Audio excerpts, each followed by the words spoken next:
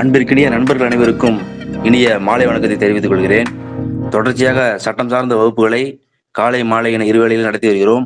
அந்த வகையில் இன்று நமக்காக கர்நாடகத்திலிருந்து மூத்த வழக்கறிஞர் பாலன் அவர்கள் நமக்காக வகுப்பு எடுக்க வந்துள்ளார். மிக முக்கியமான தலைப்பு. Welcome sir. நம்ம வகுப்புல போலாம் சார்.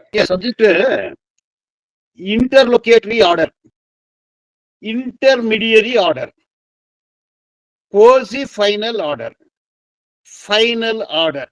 இது ஃபைனல் ஆர்டர் அப்படின்றது ஜட்ஜ்மெண்ட். அது அந்த பார்ட்டி, இப்போ ஒருத்தன் அக்யூஸ்டு, எந்த அஃபென்ஸ்லனாலும் அக்யூஸ்டா இருக்கட்டும், அந்த கேஸ் ஜட்ஜ்மெண்ட் ஒன்னு அக்யூட்டல் இல்லைன்னா conviction, that is final order. அதுதான். இப்ப சிவில் கேஸ்ல ஒரு மணி சூட் இருக்கு, இல்ல ஒரிஜினல் சூட் இருக்கு, பார்ட்டிஷன் சூட் இருக்கு, எனி சிவில் சூட், அல்டிமேட்லி அவங்களுடைய உரிமை, அவங்களுடைய வாதி பிரதிவாதி ஒன்னு டிக்ரி ஆகுது, இல்லைன்னா டிஸ்மிஸ் ஆகுது. அப்போ டிக்ரி ஆச்சுன்னா அது appealable, that is final, that is a final order. இதுக்கு மத்தியில ட்ரையல் நடக்கும்போது, இப்போ ஃபேமிலி கோர்ட் இருக்கு. திருச்சியில ஃபேமிலி, கோயம்புத்தூர் ஃபேமிலி கோர்ட் இருக்கா இல்லையான்னு எனக்கு தெரியல. திருச்சியில இருக்கும், பட் சென்னையில ஃபேமிலி கோர்ட் இருக்கு, பெங்களூர்ல ஃபேமிலி கோர்ட் இருக்கு, எல்லா மெட்ரோபாலிட்டன் சிட்டிலையும் ஃபேமிலி கோர்ட் இருக்கு. அப்போ ஃபேமிலி கோர்ட்ல ஃபைனல் ஆர்டர், கணவன் மனைவி டைவர்ஸ் கேட்டு போறாங்க. டைவர்ஸ் கேட்டு போகும்போது interlocutory order, intermediary order, quasi final order and final judgment. அப்போ விவாகரத்து கொடுக்கறதா இல்லையா அது தீர்மானம் பண்றது இட்ஸ் அ ஃபைனல் ஆர்டர். அதுக்கு மத்தியில ஜூரிஸ்டிக்ஷனல் பாயிண்ட் வரலாம், இல்ல டாக்குமெண்டேஷன் மார்க் பண்றது வரலாம். These are all interlocutory. இப்போ ஃபேமிலி கோர்ட் அப்படின்னு வரும்போது அந்த சிட்டி ஜூரிஸ்டிக்ஷன்ல எந்தெந்த மேப்ல, அது சிட்டி ஜூரிஸ்டிக்ஷன்ல வர அந்த ஏரியா, அதுல இருக்க, அதுல பெட்டிஷனர் எந்த ஏரியால வர jurisdiction point, the petitioner resides within the jurisdiction of the honorable family court. Therefore, this honorable court has the jurisdiction to try the case அப்படின்ற ஒரு காலம் போடுவாங்க. அதே மாதிரி ஒரிஜினல் சூட்ல கூட தி litigation arose, the cause of action arose within the jurisdiction of this honorable court, territorial jurisdiction. அப்ப territorial jurisdiction. இப்போ UAPA cases இருக்கு. யூஏபிஏ கேசஸ்ல it is triable as per NIA act. NIA act என்ன சொல்லுதுன்னா, no interlocutory order is appealable other than the bail ஆர்டர்னு இருக்கு 21(4). அப்போ NIA கோர்ட்ல, யூஏபிஏ அஃபென்சஸ் என்ஐஏ கோர்ட்ல அதர் தென் தி ஜட்ஜ்மெண்ட் எதையுமே இப்போ வேற ஆர்டர் நீங்க 482லயோ 397லயோ நீங்க சேலஞ்ச் பண்ண முடியாது. அப்போ ஸ்பெஷல் கோர்ட், தென் ஸ்பெஷல் லா.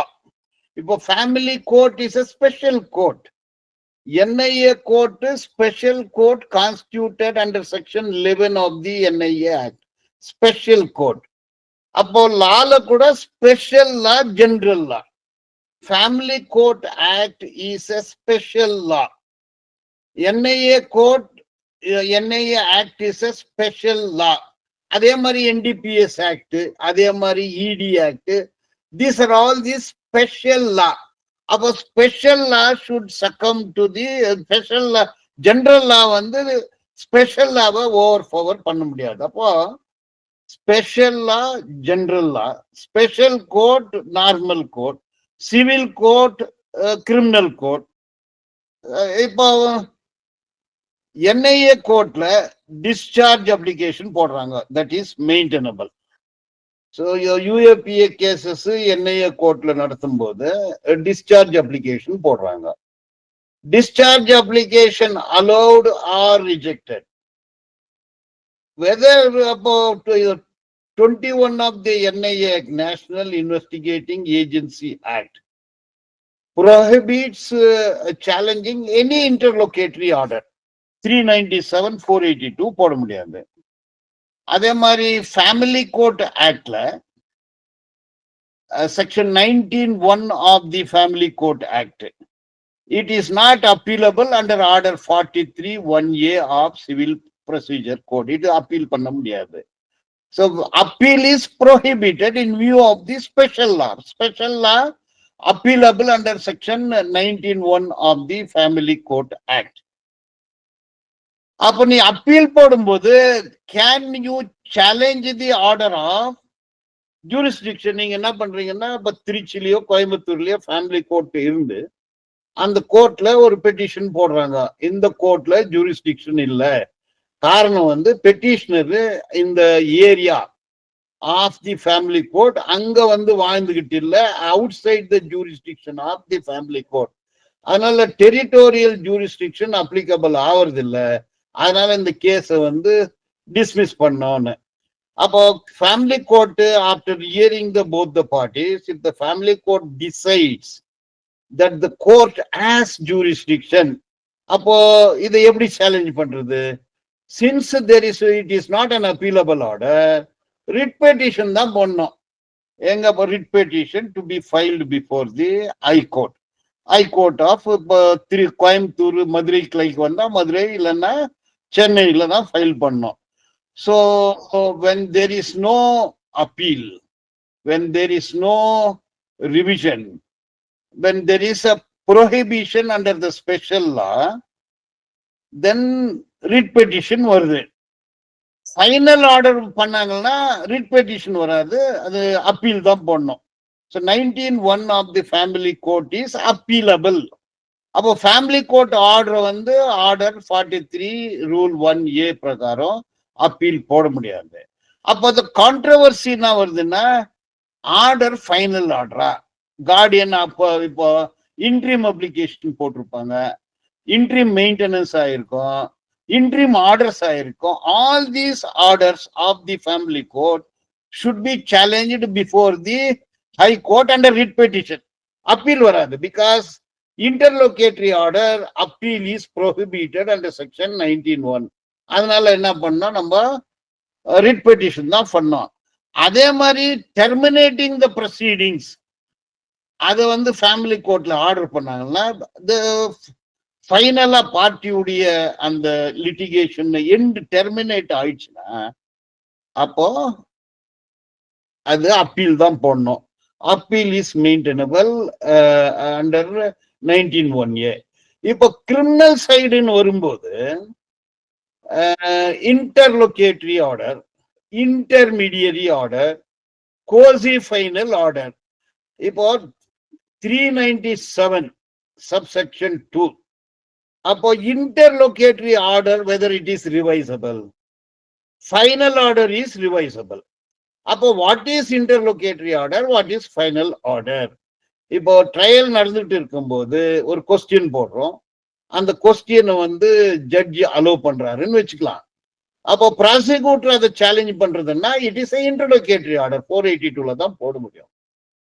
இல்ல டிஃபென்ஸ் லாயர் வந்து during the course of the proceeding any order is passed which is called interlocutory order, 397 ரிவிஷன்ல போட முடியாது. இப்போ புது கோட்ல 1973 கோட்ல 482 செஷன்ஸ் கோர்ட்டுக்கு பவர் இல்லை, 397 செஷன்ஸ் கோர்ட்டுக்கும் பவர் இருக்குது, ஹை கோர்ட்டுக்கும் இருக்குது. Section 439 applicable to the sessions court, 439 applicable to the high court, 397 revision applicable in sessions court, equal power is vested with the high court. அப்போ what is the final order, what is the interlocutory order? இப்போ order of discharge ஆயிடுச்சுன்னு வச்சுக்கலாம். If the court decides to frame charge, it is an interlocutory order. ஏன்னா court decides to frame charge, then the proceeding continues. This order can be challenged by way of revision. This order, court decided to frame charge. This order can only be challenged before the High Court under 482. Suppose court decides to discharge aachna, that is a final order, revisable order. That is an intermediary order or a quasi-final order. It's not a final order. But this is the, say the wording used in 397, any order questioning its legality and propriety. Legality and propriety of the order passed by the lower court can be challenged by way of revision. If anything is abuse of process of law, or otherwise to in the ends of justice, this power is vested only with the High Court. இப்போ order of cognisance, ஒரு private complaint போடுறாங்க, 307 இருக்கலாம், இல்ல 420 offense இருக்கலாம்.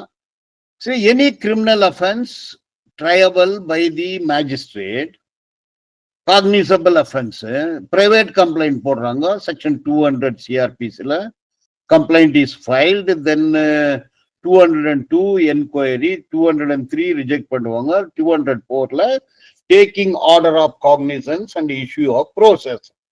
See, this decides the right of the party, but this is not the final right of the party. Order of cognizance cannot be appealable. It is an intermediary order.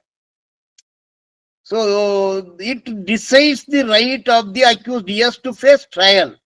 Whether it is a final order or an interlocutory order. There are controversial decisions, but order of cognizance can be challenged by way of revision. Abdin judgments irundhudu. But இப்ப என்ன பண்ணிட்டாங்கன்னா, order of cognizance is an interlocutory order. It is not revisable.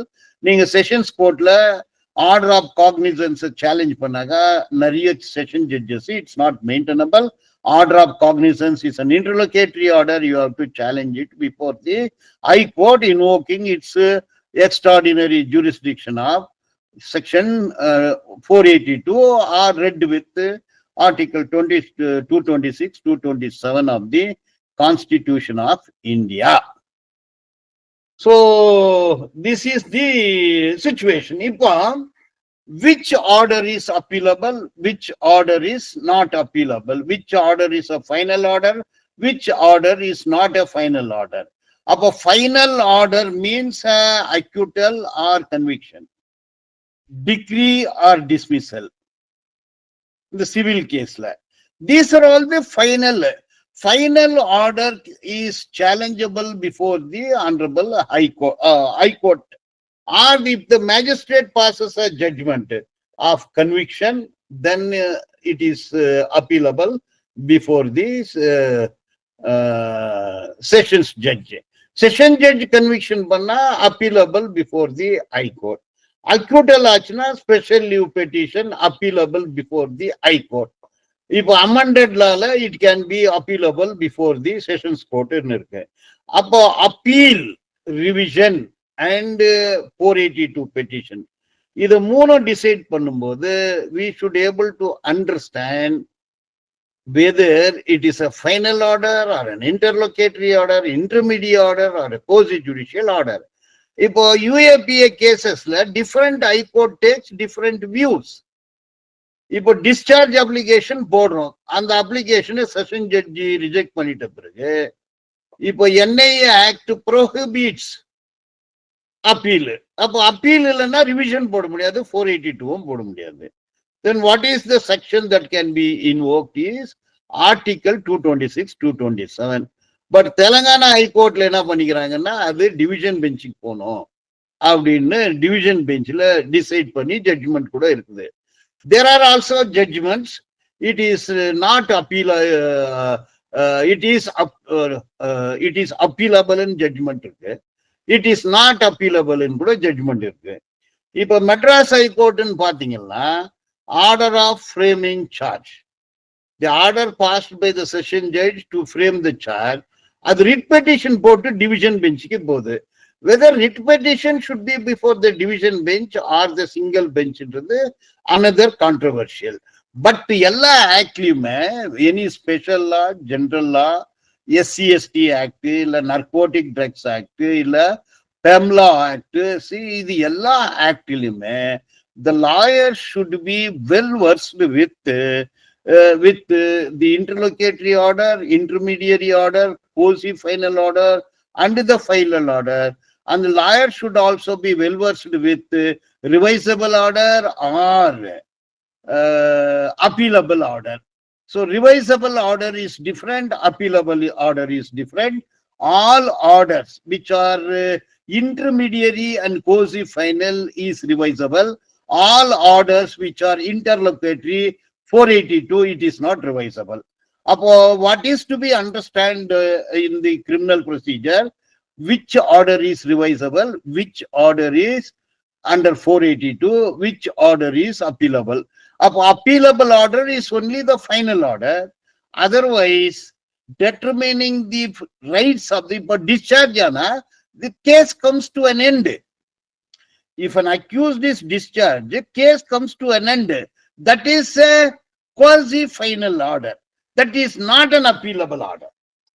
So order of discharge is a quasi-final order. It is a quasi-final order because the proceeding terminates. Therefore, it should be challengeable by way of revision, not by way of appeal. Only acquittal or conviction, appeal, no revision. In purely interlocutory order, it is only under 482, it is not a revisable order. இப்போ நிறைய confusion என்னன்னா, in the intermediary order, during the proceeding, there are so many orders. நீங்க ஒரு petition எனக்கு copy கொடுக்கலன்னு petition போடலாம் under section 207 subsection 5 of criminal procedure code. அப்ப copy கொடுக்கறது இல்ல அப்படின்னு டிசைட் பண்ணா it is a interlocutory order. Discharge is a interlocutory order.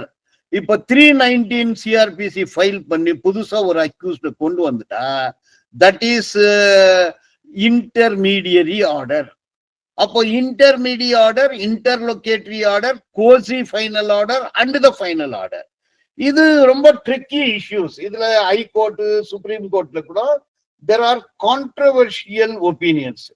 Therefore, the trial lawyers especially, including the High Court, whenever there is an order passed by the trial court, then we should know whether it is revisable or we have to file a 482 petition before the High Court. இப்போ நம்ம recall application போடுறோம்னு வச்சுக்கலாம். Section 311 of CRPC. So PW1, PW5 chief ஆச்சு. அந்த டைம்ல வக்கீல் வந்து வழக்குரைஞர் ஊர்ல இல்ல, சீனியர் இல்ல, வேற கோர்ட்ல இருந்தாரு, அதனால கிராஸ் பண்ண முடியல, இல்ல பாதி கிராஸ் பண்ணிக்கிறாங்க, திருப்பி ரீகால் பண்ண வேண்டியதா இருக்கும். அப்ப அந்த சமயத்துல வந்து நம்ம 311 அப்ளிகேஷன் போடுறோம். அதுல there are two parts. First part is discretionary, second part is mandatory. அந்த அப்ளிகேஷனை அலோ பண்ணா ப்ராசிக்யூஷன் அதை வந்து 482ல சேலஞ்ச் பண்ணலாம். டிஸ்மிஸ் பண்ணா டிஃபென்ஸ் லாயர் 482ல சேலஞ்ச் பண்ணலாம். Because that is purely a interlocutory order. It can't be termed as quasi-final order. It is a interlocutory order. It is to be challenged by way of 482. அப்போ magistrate கோர்ட்ல அந்த மாதிரி order வந்தா அது sessions கோர்ட்ல revision petition போட முடியாது. So therefore இந்த டிஸ்ட்ரிக்ட் லெவல் பிராக்டிஷனருக்கு மேஜிஸ்ட்ரேட் கோர்ட் ஆர்டரை சேலஞ்ச் பண்ணும்போது so we should know what is the interlocutory order, intermediary order, quasi-final order and final order. Family courtல கூட வந்து it is very very important to know about it. In the special actsல கூட we should know about which order is final order, which order is interlocutory order, whether it is appealable or revisable or inherent power of the court. அது வந்து நம்ம பிடிச்சுக்கணும். இதுக்கு landmark judgment of the supreme court அப்படின்னு சொன்னா VC Shukla versus CBI 1980 SCC cases 92. இன்னொரு வாட்டி சொல்றேன். VC Shukla versus CBI reported in 1980 SCC cases page 92. இந்த இது SCC கேஸ். இந்த ஜட்ஜ்மெண்ட்ல வந்து it is landmark judgment by the supreme Court. இது வந்து டீட்டெயிலா எல்லா விஷயத்தை ஒட்டியும் பேசுறாங்க. அதனால வாட் ஐ சஜஸ்ட், இந்த 3 controversial, so intermediary, interlocutory, quasi final, final order, இதை ஒட்டி டீட்டெயிலா தெரிஞ்சிக்க வேண்டியது மிக மிக அவசியம். ஸோ இந்த டாபிக் இந்த இடத்துல நிறுத்துறேன். நீங்க இதை ஒட்டி கொஸ்டின் கேட்டீங்கன்னா அதுல ஆன்சர் பண்றேன். எனி கொஸ்டின்ஸ் கேட்கலாம். Good evening, sir. Sir, Good can you evening. that Supreme Court order VC Shukla versus which state, sir? VC Shukla versus CBI CBI. Okay, sir. Thank you, sir. 1980 SCC 92. Page 92. 92. Okay, thanks. அதுல இந்த விஷயம் intermediary, interlocutory, quasi final, final நிறைய supreme court, foreign judgments, இங்கிலாந்து judgments, American judgments, இந்திய private council எல்லாத்தையும் analyse பண்ணி, அப்போ what is revisable, what is appealable, what is interlocutory, what is இன்டர்மீடியரின்றத நீ ஃபுல் அனலைஸ் பண்றாங்க. ஸோ அந்த ஜட்ஜ்மெண்ட்டை கம்ப்ளீட்டா தரோவா படிச்சா, ஒரு 4 முறை படிச்சு அதை அண்டர்ஸ்டாண்ட் பண்ணிக்கினா, then it is very important base for any practitioner, whether in the civil side, family court, or in criminal side, or also advocates who are practising in the special courts like NIA court, ED court. இது வந்து very very important. Thank you, sir. Sir, discharge petition போட்டு dismiss பண்ணாங்கன்னா ஹைகோர்ட்ல தான் appeal போடுங்களா? அப்பீலே வராது. Discharge application dismiss பண்ணா நீங்க வந்து ரிவிஷன், டிஸ்மிஸ் பண்ணா நீங்க வந்து ரிவிஷன் தான் போடணும். அதை அலோ பண்ணாங்கன்னா, சாரி, டிஸ்சார்ஜ் பெட்டிஷனை அலோ பண்ணி டிஸ்சார்ஜ் பண்ணிட்டாங்கன்னா then it is a revisable order. If the discharge petition is dismissed, it is a interlocutory order. So intermediary order, interlocutory order, quasi final order, no appeal. Order of framing charge, that is a interlocutory order. Order of discharge is an intermediary order. So order of framing charge is 482, criminal petition. Order of discharge is a revisable order, then 397. Reversible So by the same discharge, court. framing of charge, Thank no you. appeal. Reversible by the same court. Eh? Reversible by the same court, sir. How it is possible? There is a bar. See, Bar. magistrate court order நீங்க sessions கோர்ட்ல file பண்ணோம். Sessions court order வந்து நீங்க ஹைகோர்ட்ல போடணும். இப்போ ஹைகோர்ட்ல problem 482 397. அப்போ 397 இப்போ sessions கோர்ட்ல டிஸ்சார்ஜ் அப்ளிகேஷன் போடுறீங்க, அதை டிஸ்மிஸ் பண்ணிட்டா நீங்க வந்து 482 போடணும். அதை அலோ பண்ணிட்டா ஸ்டேட் வந்து ரிவிஷன் பெட்டிஷன் ஃபைல் பண்ணணும். Okay, okay. Not appealable. Either way, it is not a final order. Final conviction, அப்புறம் acquittal, that is appealable order. So பார்ட்டியோட ரைட்ஸ் ஃபைனல் முடிவுக்கு வருது, that is final order. அதே மாதிரி original suit வந்து decree ஆச்சுனாலும் appeal, dismiss ஆனாலும் appeal. It's பார்ட்டியுடைய அந்த கோர்ட் ப்ரொசீடிங் எண்ட் ஆகுது. மற்ற ஆர்டர் எல்லாம் வந்து மத்தியில ஆர்டர் பண்ணுவாங்க. அந்த ஆர்டர் ஆனாலும் வந்து ப்ரொசீடிங் கண்டினியூ ஆகும், ப்ரொசீடிங் டெர்மினேட் ஆகாது. when the proceeding terminates, it is an appealable order. ஆனா அவங்களுடைய ரைட் டிசைட் ஆன பிறகு, சப்போஸ் ஜூரிஸ்டிக்ஷன் பாயிண்ட்ல டிஸ்மிஸ் ஆகுது, then it is not appealable.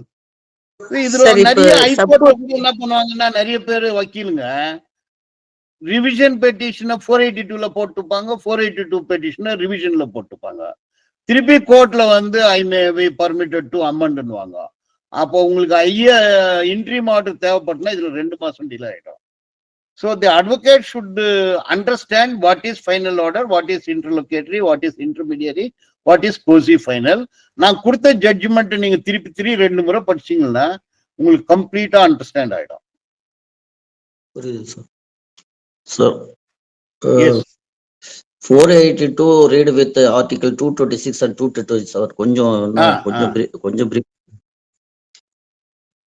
இப்போ ஒரு ஆர்டர் ஆஃப் காக்னிசன்ஸ் இப்போ வந்து 420 அஃபென்ஸ்னு வச்சுக்கோங்க. Okay okay, one cause of action, ஒரு சிவில் சூட்டுக்கு இது 2 பேருக்குள்ள. சரி, பணம் கொடுக்கல் வாங்கல் சிவில் சூட் இருக்கு.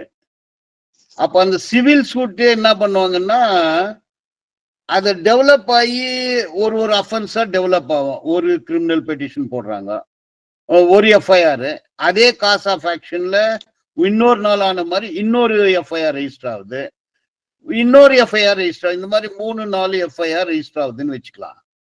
இப்ப தமிழ்நாட்டுல கூட சீமான் அவர் மேல பெரியார் ஒட்டி அவதூறா பேசினாருன்னு ஒரு 50-60 எஃப்ஐஆர் அங்கங்க ரெஜிஸ்டர் ஆயிருக்கு. ஸோ இந்த 50-60 எஃப்ஐஆர் ரெஜிஸ்டர் ஆன பிறகு பிரச்சனை என்னன்னா, நீங்க 50 சப்போஸ் 70 எஃப்ஐஆர் ரெஜிஸ்டர் ஆயிருந்தா 70 கிரிமினல் பெட்டிஷன் தான் போடணும். 70 கிரிமினல் பெட்டிஷன் போடணும். for the same cause of action. Same doctrine of sameness, TT Anthony case. TT Anthony versus State of Kerala. நீங்க ரிட் பெட்டிஷன் போட்டீங்கன்னா 226, 227, you can have 2-3 prayers. 482 read with 226, 227 போட்டீங்கன்னா you can have 4 prayers. அப்ப நீங்க 482 போட்டு 226னா ஒன்னு club all the FIRs in one doctrine of sameness as per TT Antony case. நிறைய case இருக்கு. The landmark judgment is TT Antony case. அப்புறம் பாத்தீங்கன்னா அருணாப் கோஸ்வாமி கேஸ் வருது, குஷ்பு கேஸ் வருது. குஷ்பு கேஸ் என்னமோ பேசிட்டாங்கன்னு நிறைய எஃப்ஐஆர் ஆச்சு. எல்லாத்தையும் கிளப் பண்ணி ஒரு petition. Then you have to invoke 226, 227 read with 482. ஒரே ஒரு எஃப்ஐஆர் இருந்துச்சு 420 கேஸ்ன்னு வச்சுக்கலாம். ஆர்டர் ஆஃப் காக்னிசன்ஸ், இப்போ பிரைவேட் கம்ப்ளைண்ட் போட்டு காக்னிசன்ஸ் எடுத்து 204ல ப்ரோசஸ் இஷ்யூ பண்றாங்க. You can file a 482 petition to quash the order of cognizance. Suppose FIR register ஆகி போலீஸ் இன்வெஸ்டிகேஷன் பண்ணி சார்ஜ் ஷீட் போட்டு அந்த சார்ஜ் ஷீட் மேல காக்னிசன்ஸ் எடுத்தா then you can file a 482. 2-3 FIR இருக்குதுன்னு வச்சுக்கோங்க. then you can file a writ petition 226, 227 read with 482. One prayer is to club all the matters together and another thing quash all the matters. So therefore writ petition group of cases வரும்போது writ petition. Suppose நீங்க FIR கொடுக்க போறீங்க, register பண்றது இல்ல, then 482லயும் power இருக்கு, 226லயும் power இருக்கு. then you can take an option. When you invoke 482, then your prayer must be one. When you invoke writ petition, you can have 2-3 prayers. Writ of mandamus, writ of certiorari எல்லாம் பண்ணிக்கலாம். So depends upon the cases. And option also, writ petition போட்டீங்கன்னா அது writ jurisdiction போகும். 482 போட்டா அது criminal பெஞ்சுக்கு போகும். So that option also can be chosen. சில டைம்ல ஒரே ஆர்டரை 226, 227லயும் போடலாம், 482லயும் போடலாம், 226, 227 ரெட் வித் 482லயும் போடலாம். Tahir, I will call you back. I am in a class. Sir doctor MTR sir, உங்களோட இது வந்து மியூட்ல இருக்கு, அன்மியூட் பண்ணிட்டு பேசுங்க sir. Okay sir, okay sir. Sir 482 என்கிறது ஒன்லி அட்ராக்ட் வித் கிரிமினல். ஆமா, 482 only criminal matters.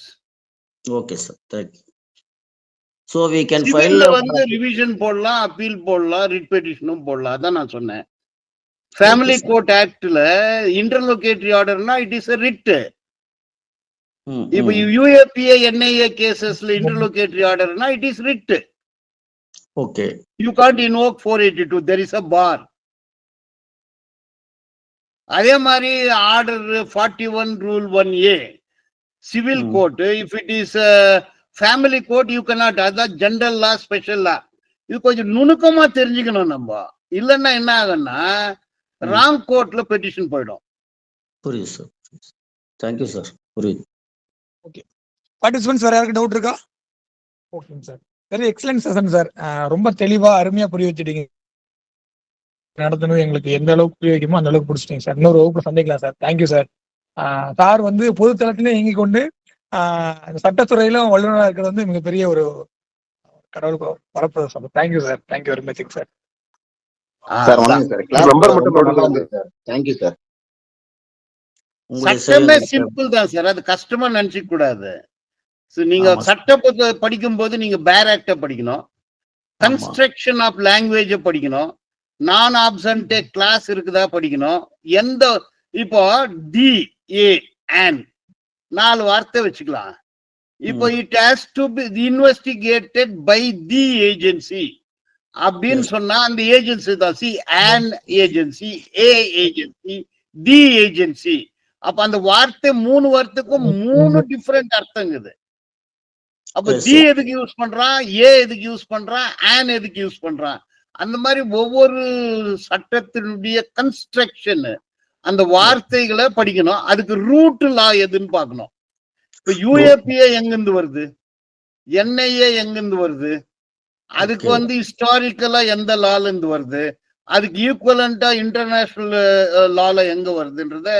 அப்போ ஒரு சட்டத்தை தெரிஞ்சுக்கும் போது அந்த ரூட் லா, சோர்ஸ் லா, அந்த சட்டத்தினுடைய சோர்ஸ் எங்கிருந்து வருதுன்னு படிக்கணும் சார். அப்படி படிச்சாதான் வந்து கோர்ட்ல நம்ம தெளிவா ஜட்ஜ் முன்னாடி பேச முடியும். அப்படி தெரியலன்னாக்கா நம்ம we are doing injustice to our clients. For additional information. Thank you sir. Thank you very much sir.